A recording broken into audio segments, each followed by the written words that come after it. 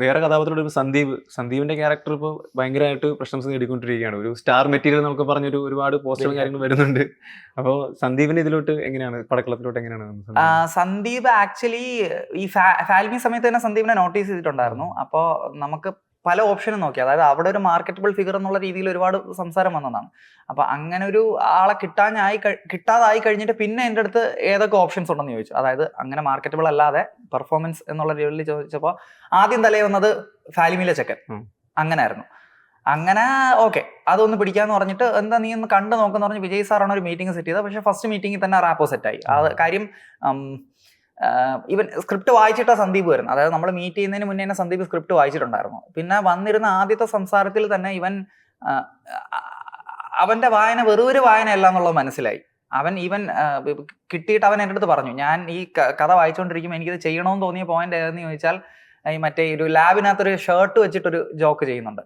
അപ്പോൾ വായിച്ച് ആ സ്പോട്ടിൽ എത്തിയതിനു ശേഷമാണ് സന്ദീപ് മനസ്സിൽ ഉറപ്പിച്ച് ഇത് ഞാൻ ചെയ്യണമെന്നുള്ളത്. അവൻ അങ്ങനെ പറഞ്ഞതിൽ ഒരു സാധനമുണ്ട്. അതായത് വെറുതെ ഒരു പടം ചെയ്യുക എന്നുള്ളതല്ല, പടത്തിന് മെറിറ്റ് അറിഞ്ഞിട്ട് ചെയ്യുക എന്നുള്ളൊരു തോന്നൽ, ഒരു പ്രോസസ്സ് അവന് പിറകെ പോയിട്ടുണ്ടെന്നുള്ളത് തോന്നി.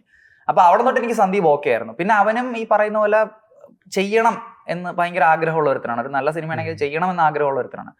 അപ്പൊ അത് പിന്നെ സെക്കൻഡ് ഹാഫിലോട്ട് വരുമ്പോഴത്തേക്കും ഫസ്റ്റ് ഹാഫിന്റെ അതേപോലെ അല്ല. കാരണം ഫുള്ളി ഈ സ്വാപ്പ് പരിപാടികൾ വരുമ്പോഴത്തേക്ക് അത് എങ്ങനെയാണ് എക്സിക്യൂട്ട് ചെയ്യുക? കാരണം ഇത്രയും ക്യാരക്ടർ, 3 ക്യാരക്ടർ അവർ അങ്ങോട്ടും ഇങ്ങോട്ടും മാറി, ഇത് കീപ്പ് ചെയ്യാനുള്ള ഒരു ചലഞ്ച് ഉണ്ടാവില്ലായിരുന്നു?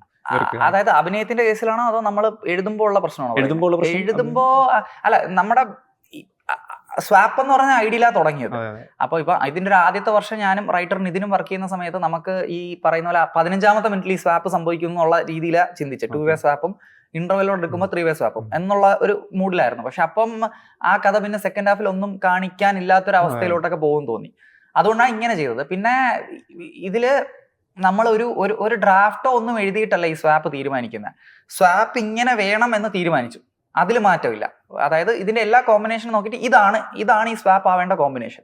ഓക്കെ, ഇനി ഈ കോമ്പിനേഷൻ കൺഫ്യൂസിങ് ആവാതെ എങ്ങനെ എക്സിക്യൂട്ട് ചെയ്യാം? അപ്പൊ 3 പേർക്കും ഇൻഡിവിജ്വൽ മാനറിസംസ് കൊടുക്കണം, ഇൻഡിവിജ്വൽ ആർക്ക് കൊടുക്കണം.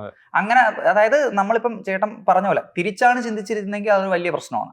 അതായത് ഒരു കഥ എഴുതി പോയി അതിന്റെ പോക്കിൽ സ്വാപ്പ് അങ്ങനെ വന്നാൽ തലപ്പെടാണ്ടാവും. ഇത് അങ്ങനല്ല, ഗ്രൗണ്ട് അപ്പ് ആയിരുന്നു. അതായത് സ്വാപ്പ് ലോക്ക് ചെയ്തു, ആർക്ക് ലോക്ക് ചെയ്തു, എന്നിട്ടാണ് എഴുതുന്നത്. അപ്പോൾ നമുക്ക് എഴുതുമ്പോൾ ആ കൺഫ്യൂഷൻ ഇല്ല. വായിക്കുമ്പോൾ ആ കൺഫ്യൂഷൻ പലർക്കും ഉണ്ടായിരുന്നു. പക്ഷെ വായിക്കുമ്പോഴും നമ്മൾ വെരി ക്ലിയർലി പറഞ്ഞിട്ടുണ്ട്, ഇത് ഈ വായിക്കുമ്പോൾ കാണുന്ന കൺഫ്യൂഷൻ കാണുമ്പോൾ മീൻസ് ഓൺ സ്ക്രീൻ കാണുമ്പോൾ ഉണ്ടാവില്ല എന്നുള്ളത്.